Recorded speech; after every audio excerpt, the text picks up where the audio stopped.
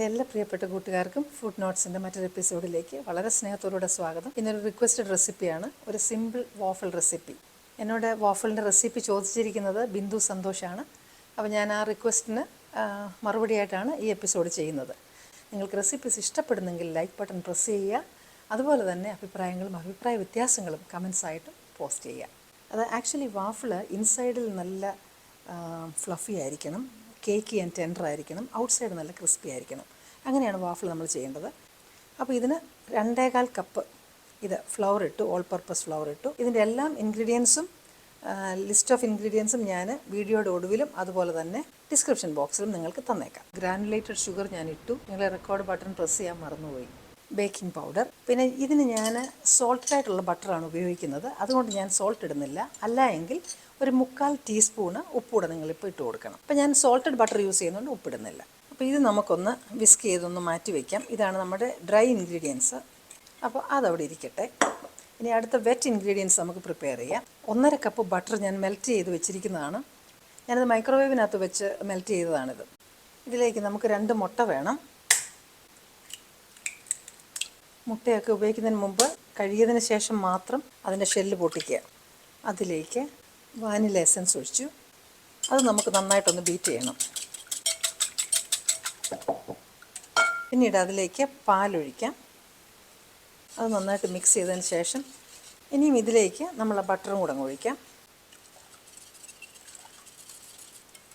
അപ്പോൾ ഇതാണ് നമ്മുടെ വെറ്റ് ഇൻഗ്രീഡിയൻറ്റ്. ഇനി ഇത് രണ്ടും കൂടെ എന്നിട്ട് നമുക്ക് നന്നായിട്ട് മിക്സ് ചെയ്താൽ മതി.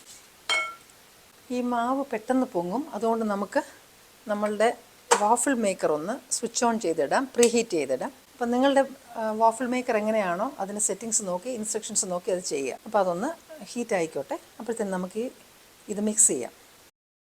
അപ്പോൾ ഇത് നന്നായിട്ട് കട്ടയില്ലാതെ നന്നായിട്ട് മിക്സ് ചെയ്താൽ മതി.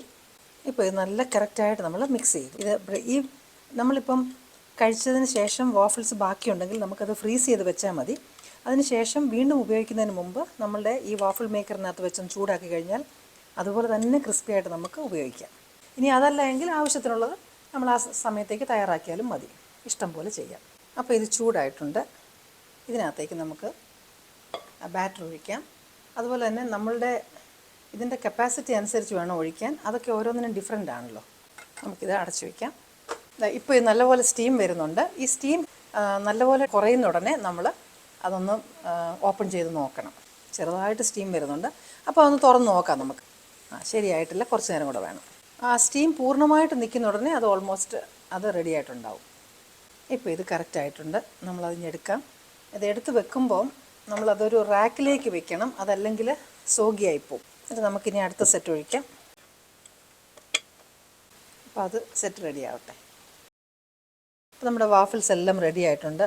പുറത്ത് നല്ല ക്രിസ്പിയാണ്, ഇത് അകം നല്ല ഫ്ലഫി, നല്ല കേക്കി ആൻഡ് ടെൻഡറായിട്ടുള്ള വാഫിൾസ് റെഡിയാണ്. ഇനി ഇത് നമുക്ക് സെർവ് ചെയ്താൽ മതി. അപ്പോൾ ഇത് സെർവ് ചെയ്യുമ്പോൾ നമുക്ക് ബട്ടർ, അതുപോലെ ഫ്രഷ് ഫ്രൂട്ട്സ്, അതുപോലെ തന്നെ ഹണി അല്ലെങ്കിൽ മേപ്പിൾ സിറപ്പ്, ഇതൊക്കെ വെച്ച് നമുക്ക് സെർവ് ചെയ്യാം. അതുപോലെ തന്നെ ഇത് എക്സ്ട്രാ ഉണ്ടെങ്കിൽ നമ്മൾ ഫ്രീസറിനകത്ത് വെച്ചതിന് ശേഷം ഉപയോഗിക്കുന്നതിന് മുമ്പ് വീണ്ടും നമ്മുടെ ഈ വാഫിൾ മേക്കറിനകത്ത് വെച്ച് കഴിഞ്ഞാൽ ഇതുപോലെ തന്നെ ക്രിസ്പി ആയിട്ട് നമുക്ക് കിട്ടും.